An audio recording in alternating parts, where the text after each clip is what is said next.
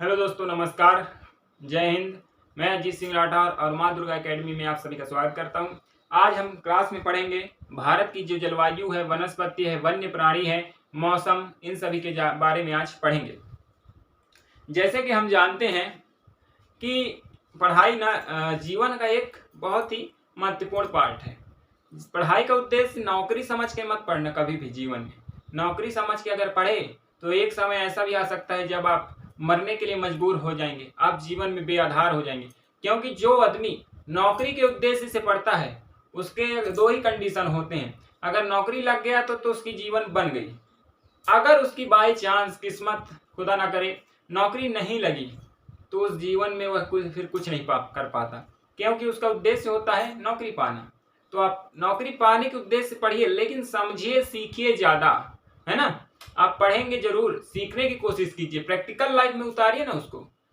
Theoretical जितना पढ़ेंगे वह ऊपर जाएगा, फिर आप बोलेंगे हमने पढ़ा, मेहनत किया, नौकरी नहीं लगी। गवर्नमेंट कितनी नौकरी देगी, लिमिटेड है सीट। लेकिन ये है कि आप पढ़िए, पढ़ने के बाद आप में इतनी कौशल विकसित हो जाएगी, आप इतने सक्षम बन जाएंगे, आत्मनिर्भर बन जाएंगे कि आप नौकरी देने के लायक बन जाएंगे।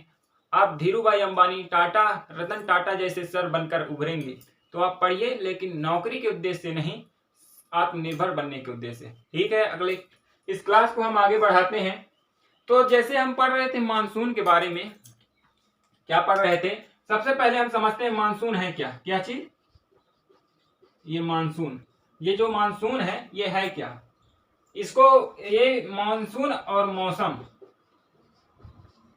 मानसून और मौसम दो ऐसे शब्द हैं जो इंटरकनेक्टेड हैं, यानी एक दूसरे से क्या है, कनेक्ट हुए हैं।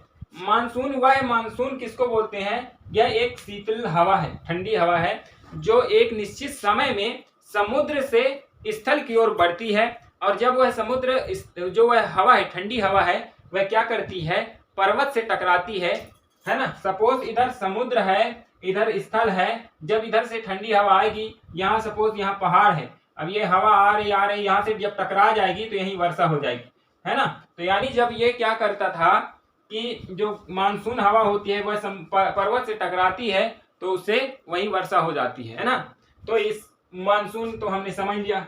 मौसम क्या होता है, देखिए दोस्तों, मौसम के बारे में बता दूं, मौसम परिवर्तित होते रहता है।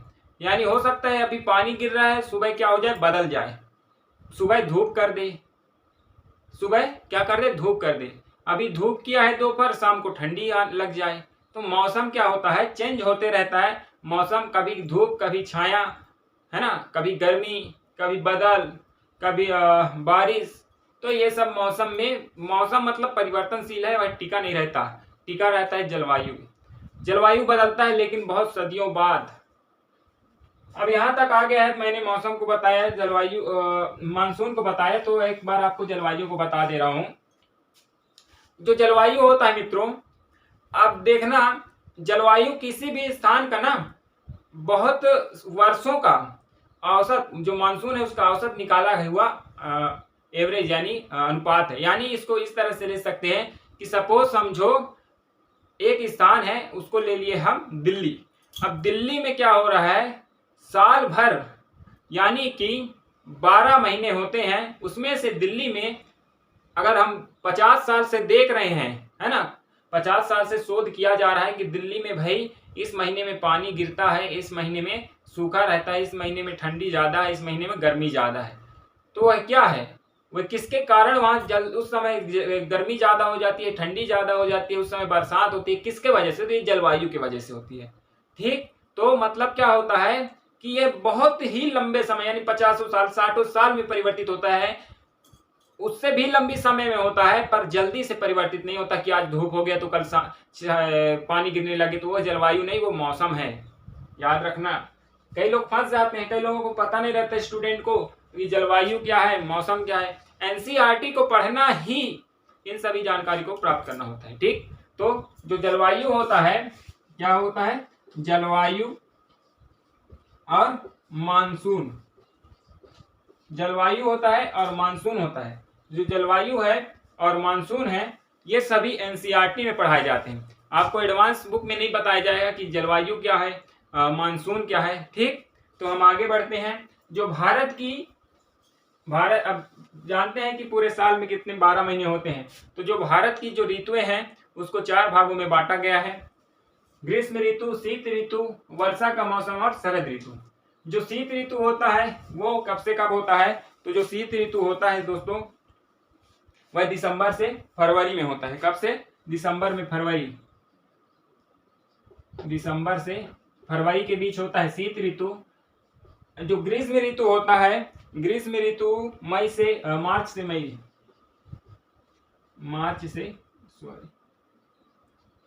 मई, और जो वर्षा का मौसम होता है वह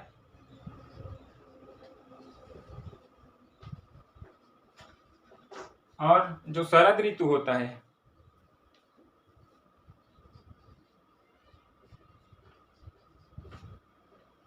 ठीक। तो इसको हम डील करके अच्छे से समझते हैं। जो शीत ऋतु है क्या?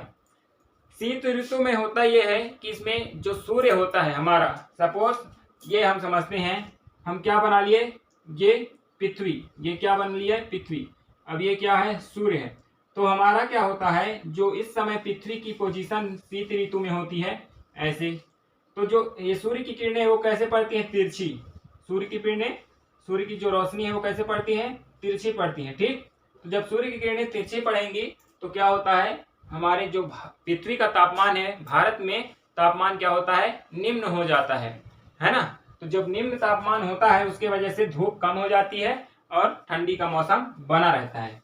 ये तो हो गया शीत ऋतु ठीक। तो समझ में आया कि जो सूर्य की किरणें हैं वह तिरछी पड़ती है, जिसके कारण भारत का तापमान कम हो जाता है और इसके वजह से ठंडी होती है।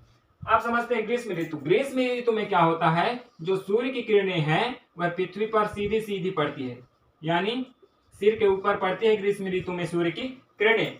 तो इसके वजह से पृथ्वी का यानी भारत देश का तापमान उच्च हो जाता है और माथे से पसीना निकलने लगता है, यानी कि धूप बढ़ जाती है ठीक।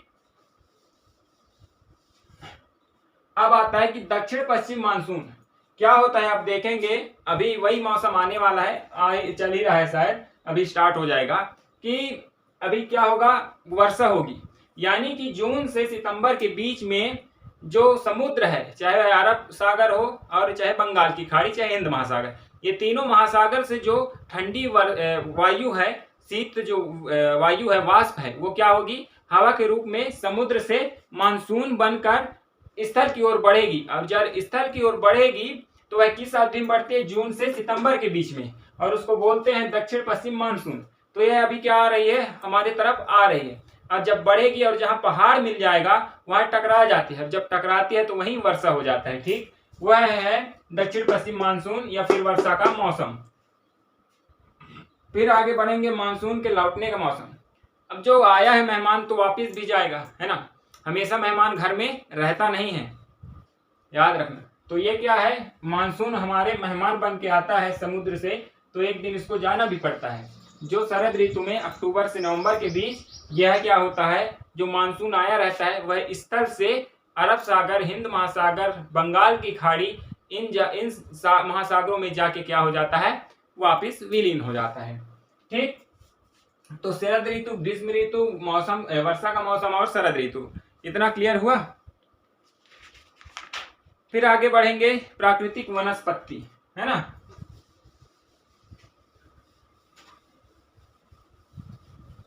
आगे हम पढ़ रहे हैं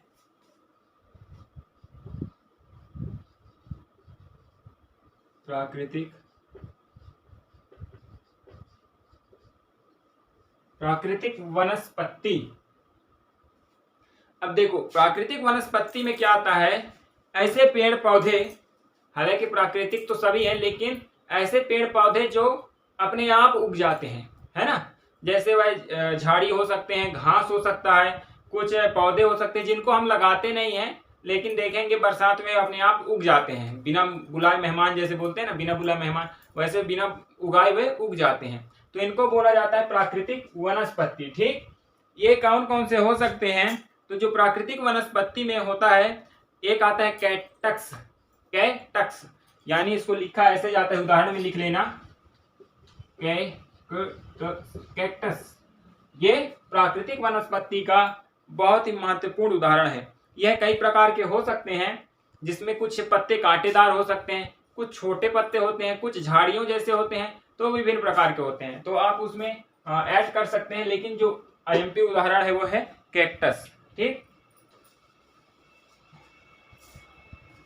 तो इतना क्लियर हुआ प्राकृतिक वनस्पति। इसमें कुछ ऐसे भी पत्ते हो सकते हैं, घास हो सकते हैं, ऐसे करके भी पत्ती करके हो सकते हैं। मतलब कि प्राकृतिक वनस्पति में जैसे हम आम लगाएंगे तो उसको प्राकृतिक नहीं कहा जाएगा, लेकिन कुछ ऐसे पौधे जिनको बिना उगाए उग जाते हैं वह प्राकृतिक वनस्पति में आते हैं। कुछ जड़ी बूटी, कुछ झाड़ियां। ठीक, एक पॉइंट ये भी है कि वनों की हमको आवश्यकता क्यों है। देखिए क्या होता है, वनों से ही हम लोग क्या है जीवित हैं, क्योंकि वनों में क्या होते हैं, वृक्ष होते हैं। हम जानते हैं कि जो वृक्ष है वह क्या करता है, कार्बन डाइऑक्साइड। आप सब समझो, मैं ये वृक्ष बना दे रहा हूं। ठीक, ये वृक्ष हो गया। तो वृक्ष क्या करता है, कार्बन डाइऑक्साइड को क्या करता है, लेता है ना। Carbon dioxide CO2, carbon dioxide को लेता है और O2 ऑक्सीजन को रिलीज करता है। तो इससे क्या होता है, हमको प्राणवायु की प्राप्ति होती है। यानी ऑक्सीजन को हम लेते हैं, कार्बन डाइऑक्साइड छोड़ते हैं, तो हमें क्या होता है, वृक्षों से ऑक्सीजन प्राप्त होता है और कार्बन डाइऑक्साइड को यह ले लेता है। इससे वातावरण संतुलित रहता है। और इसके साथ ही इसकी जो जड़ें होती हैं वो क्या करती हैं, मिट्टी को बांध के रखती है, जिससे मिट्टी का अपरदन नहीं होता है। ठीक, इसके साथ वनों से हमें विभिन्न प्रकार की जड़ी बूटियां प्राप्त होती है। बहुत सारे वनों से उद्योग चलते हैं, रबड़ की प्राप्ति होती है, गोंद की प्राप्ति होती है, जड़ी बूटी की प्राप्ति होती है, विभिन्न प्रकार के फलों की प्राप्ति होती है। कहाँ से, वनों से। तो वनों का हमारे जीवन में बहुत महत्वपूर्ण है। वनों को जागरूकता, यानी कि जो वन को काटा ना जाए, वन को संरक्षित किया जाए, वन का विनाश ना किया जाए, इसके लिए क्या किया गया, सरकार के द्वारा एक डेट फिक्स कर दिया गया है, जिसके अंतर्गत 1 सप्ताह वन महोत्सव मनाया जाता है। जिसमें क्या होता है कि लोगों को वन के प्रति, वन को संरक्षित करने के लिए प्रोत्साहित किया जाता है, उनको जागरूक बनाया जाता है। वन में ही तो विभिन्न प्रकार के जंगली जानवर पाए जाते हैं। अगर वन नहीं रहेगा तो हमारे बहुत सारे जो जीव जंतु हैं, पशुएं हैं, उनका धीरे धीरे विलुप्त हो जाएंगे। वो क्या हो जाएंगे, विलुप्त हो जाएंगे। और बहुत सारे ऐसे जंतु हैं जो विलुप्त हो चुके हैं। बहुत सारी प्रजातियों के बंदर हैं, पक्षी हैं जो विलुप्ति के कगार में हैं और विलुप्त हो भी चुके हैं। तो क्या हो रहा है कि वनों को अगर हम बचा के रखेंगे तो क्या होता है, हमारा जो राष्ट्र का, हमारे भारत देश की राष्ट्रीय पक्षी मोर, राष्ट्रीय पशु बाघ है ना। तो ये सब कहाँ होते हैं, वनों में होते हैं। अब जब वन ही नहीं रहेंगे तो हमारे घर में थोड़ी आएंगे, है ना। तो चाहे बकरी हो गया, हिम तेंदुआ हो गया, भालू हो गया, है ना, और उसमें कोबरा और करैट, ये क्या है, सबसे पॉपुलर क्या है, सांप का नाम है कोबरा और करैट, जो भारत में सबसे अधिक मात्रा में पाई जाती है। तो ये सब जंगल में रहने वाले पशु हैं, जानवर हैं, जंतु हैं, जीव हैं। अगर इनके घर का, वनों का दमन कर दिया जाए, सपोज आपके घर को तोड़ दिया जाए, तो आप कहाँ आ जाएंगे, रोड पे, है ना, रोड पे रहने लगेंगे। ठीक उसी प्रकार अगर इनके जंगलों को, यानी उनके घर को, हमारे लिए जंगल है, इनके लिए घर है, तो अगर इनके घर को तोड़ दिया जाए तो ये कहाँ आ जाएंगे, रोड पे आ जाएंगे, यानी कि हमारे घर पे आ जाएंगे। इसलिए अगर हमको सुरक्षित रहना है तो जंगल को सुरक्षित रखना पड़ेगा। ठीक, इसके साथ ही मैंने यह भी बताया कि वनों से हमें विभिन्न प्रकार के लाभ प्राप्त होते हैं। हमें प्राकृतिक संपदा को बचाना यह हमारा कर्तव्य है। अगर हम पर्यावरण का जरूरत से ज्यादा दमन करेंगे तो उससे ज्यादा विध्वंस, विनाश हमारा होगा। भूकंप है, सुनामी है और ज्वालामुखी, ये सब प्रकृति, पर्यावरण का जरूरत से ज्यादा दोहन करने के दुष्परिणाम ही होते हैं। इन्हीं की वजह से ये सारे दुष्परिणाम हमारे सामने आते हैं। एक होती है प्रवासी पक्षी। क्या होती है, प्रवासी पक्षी। प्रवासी पक्षी यानी क्या होता है, वो एक निर्धारित समय होता है जिसमें वह भारत देश में आती है और एक समय के बाद वह भारत देश से चली जाती है। इस नोट्स में बताया गया है कि सर्दी के मौसम में, किस मौसम में, तो सर्दी के मौसम में कुछ विभिन्न और विशेष प्रकार की प्रजातियों की जो चिड़िया हैं वह भारत में प्रवेश करती हैं। कहाँ से? आर्कटिक महाद्वीप से आती हैं और यह करीब 8000 किलोमीटर को पार करती हैं। यानी कि यह अपने आर्कटिक महाद्वीप से 8000 किलोमीटर को पार करके हमारे भारत देश में आती हैं और 4-6 महीने जब तक उनको सर्दी के मौसम में आती हैं और आने के बाद गर्मी के मौसम में फिर वापस चली जाती हैं। इनमें से प्रमुख पक्षियों के नाम हैं पिनटेल बदक, कारियू, फ्लैमिंगो, ऑस्प्रे, लिटिल स्टिट। ये सारे ऐसे पक्षियों के नाम मैंने बताए हैं जो क्या होते हैं 15 ग्राम के आसपास होते हैं इनका वजन, और यह 8000 किलोमीटर को पार करके हमारे देश में आते हैं, निवास करते हैं और एक दिन चले जाते हैं। ठीक, तो ये हो गया प्रवासी पक्षी। तो इस प्रकार हम लोगों ने क्या किया, हमारे आवास को कंप्लीट कर लिया, यानी कि एनसीईआरटी 6 क्लास की एक बुक को हमने कवर कर लिया है।